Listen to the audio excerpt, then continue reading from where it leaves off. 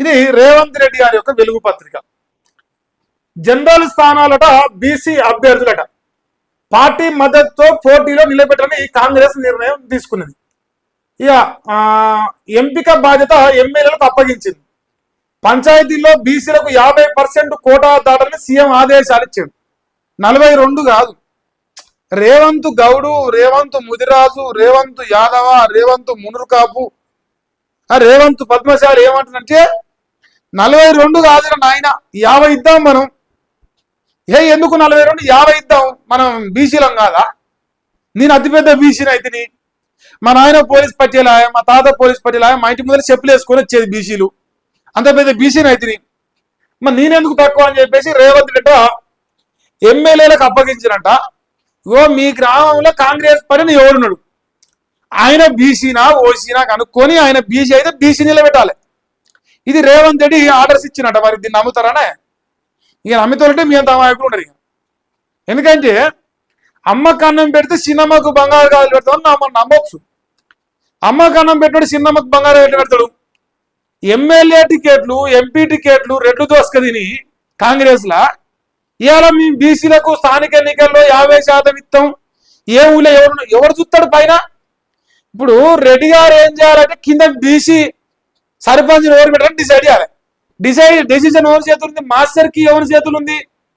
MLA పీఠం ఎవరి చేతులు ఉంది? కాంగ్రెస్ లో రెడ్డి అనే చేతుల్లో ఉన్నది. మళ్ళీ ముఖ్యమంత్రి రెడ్డి ఆయనే.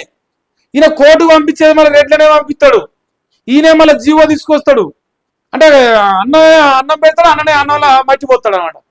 అసలు సక్కమైన సంసారం అంటే ఇప్పుడు ఈయన గ్రామ పంచాయతీలకు పార్టీ పరంగా రిజర్వేషన్ ఇస్తాడు. ఇది లంగా జోలిగా. ఎందుకంటే ఈ దేశంలో ఏడో కూడా స్థానిక ఎన్నికల్లో సర్పంచ్ ఎన్నికలకు పార్టీ సింబల్ ఉండవు. పార్టీ సింబల్ లేకపోయినా ఈయన ఎట్టిస్తాడంట రిజర్వేషన్. అరే నీ ఊళ్ళో మన ఊళ్ళో కాంగ్రెస్ వాడు ఉన్నాడరా, వాడిని లేపుకరారా, వాడిని టికెట్ ఇస్తామని చెప్పరా అంటున్నట. దీనంతా పనికి మాలిన జోలి ఇంకోటి లేదా నా లెక్కనైతే, నా ఉద్దేశం చెప్తున్నా. ప్రజలు పట్టపాటిని బీసీలను మోసం చేసే ఉద్దేశం ఇది. 50% తలకాయ క్వశ్చన్ మార్క్ వేసి అయ్యబ్బా సగం మంది 50% బీసీలే ఉండాలిరా, ఇది ఎస్సీ ఎస్టీలు, ఇది ఓసీలు, ఇట్లా 50% ఇస్తామని మనం నమ్మిస్తాను.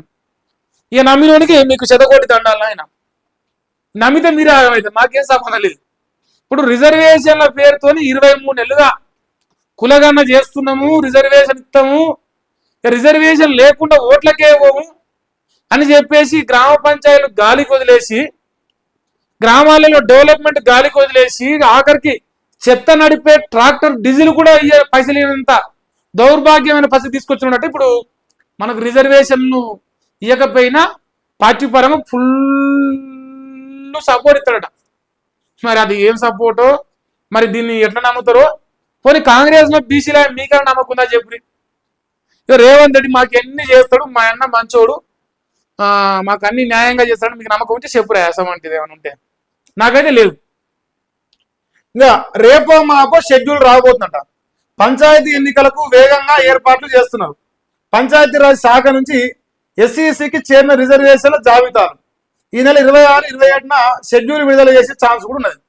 జడ్జి సెలవులో ఉండడంతో పంచాయతీ ఎన్నికల పిటిషన్పై విచారణ నేటికి వాయిదా పడింది.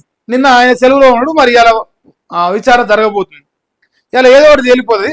ఏదైనా కాంగ్రెస్ ప్రభుత్వంకి అనుకూలంగా వచ్చే అవకాశం. ఎందుకంటే వాళ్ళు చెప్పింది కదే, పాత రిజర్వేషన్ తోడిపోతే మాకేం అభ్యంతరం లేదని చెప్పారు. మరి దానిపైన వీళ్ళు నిర్ణయం ప్రకటిస్తానికి పోతురు. మరి అది ఓకే అయితే తర్వాత వీళ్ళు అనుకున్న రిజర్వేషన్ ఇప్పుడు ఏదైతే పాత రిజర్వేషన్ దాని ప్రకారం పోతారు. దాంట్లో కూడా తప్పులే ఉన్నాయని చెప్పేసి ఇప్పుడు బీఆర్ఎస్ గందరగోళం చేస్తాను. ఇక ఆ మండలాల్లో బీసీలకు ఒక్క ఊరు దక్కలేట. జిల్లా యూనిట్గా రిజర్వేషన్ ఖరారు చేయడం రొటేషన్ పద్ధతి వల్లే సమస్య వచ్చినాడు.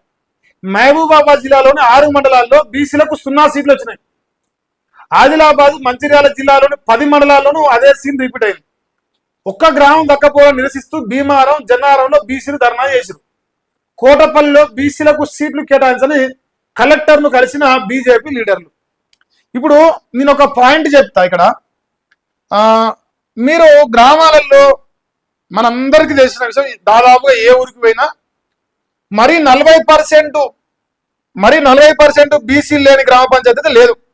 ఒక ఇది లంబాడి తాండాలు తప్ప సో తాండాల లోపల ఎక్కడైనా 40% తక్కువైతే లేరు. సో మాక్సిమం వచ్చేసి 70% వరకు ఉంటారు అనుకుందాం. ఎస్సీ ఎస్టీలు మన ఎస్సీలు మనతో కలిసి ఉంటారు గ్రామాలల్లో. సో గిరిజన బిడ్డలు ఎస్టీలు మాత్రం తాండాలలో ఉంటారు. మనందరికీ గ్రామ పంచాయతీలో తెలిసిన విషయం. ఇప్పుడు వీళ్ళు ఏమంటారు, అసలు కొన్ని మండలాలు ఒక్క ఊరు కూడా రాలే అంటారు.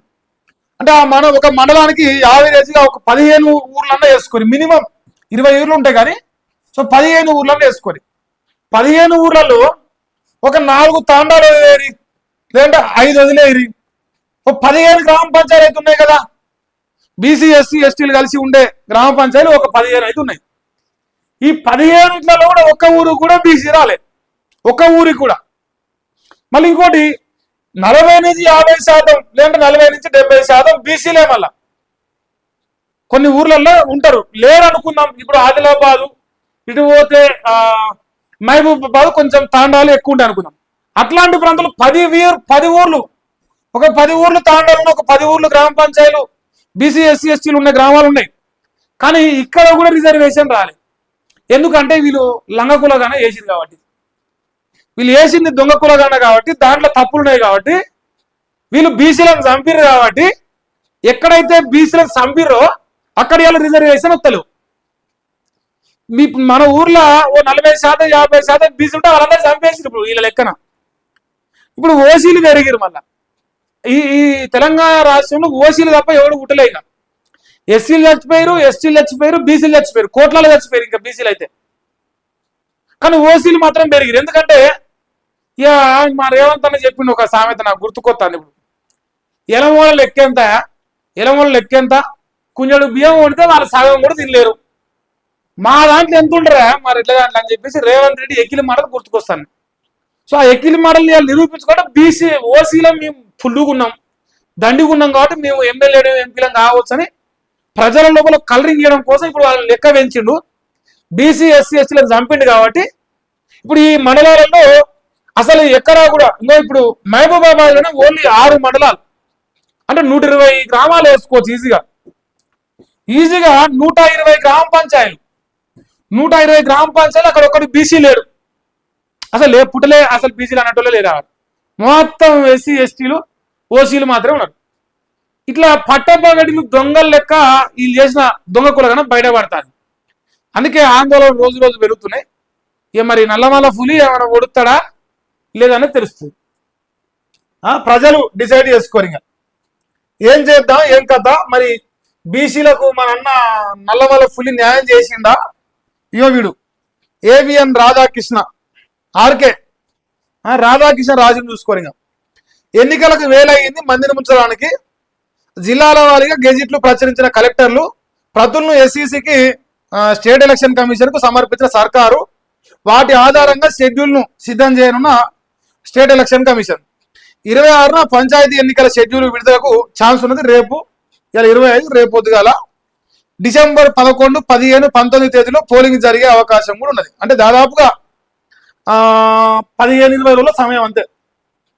కోడ్ అమల్లోకి రానున్న నేపథ్యంలో చీరల పంపిణీ చేయబోతురు. ఇక వడ్డీ మాఫీ పథకాల అమలును వేగవంతం చేసిన ప్రభుత్వం. ఇక మూసీ అభివృద్ధికి పనులు మార్చిలో చేయబోతురు. 5,800 కోట్ల అంచనాలతో తొలిదశ పనులు ప్రారంభం కానున్నాయి. సర్కారు సన్నాహాలు ఏడీబీ నుంచి 4,100 కోట్ల రుణానికి ఆమోదం. ఉస్మాన్ సాగర్ నుంచి బాపుఘాట్ దాకా 11 కిలోమీటర్లు, హిమాయత్ సాగర్ నుంచి బాపుఘాట్ దాకా 9 కిలోమీటర్లు. వారంలో పూర్తి డిపిఆర్ రాబోతుంది. ఇప్పుడు మనందరం ఎన్నికల బిజీలో ఉంటాను. అన్న భూములు అమ్ముతాను కానీ నేను మనం చెప్పిన సాయంత్రం. సో ఆ భూములు అమ్మంగా వచ్చిన ప్రజలతో మూసీ ప్రక్షాళన మొదలుపెట్టిండు. ఆ మూసీ ప్రక్షాళనలో 100 కోట్ల రూపాయలు, లక్షల కోట్ల రూపాయలు, 1,000 కోట్ల రూపాయల కమిషన్లు వసూలు చేసుకునే బృహత్తరమైన కార్యక్రమానికి శ్రీకారం చుట్టిండు. ఇప్పుడు వీళ్ళు డిసెంబర్ 11, 15, 19 నాకు తెలిసి 3 దఫాలుగా ఎన్నికలు పెట్టబోతున్నారట. మరి యావత్ తెలంగాణ రాష్ట్ర బీసీ ప్రజలందరూ గుర్తుంచుకోవాల్సింది ఏంటంటే, మీకేదో రిజర్వేషన్ ఇస్తా అని చెప్పేసి గంగలు కలిపిరు. అది ఫస్ట్ పాయింట్ మధ్యలో పెట్టుకోరి.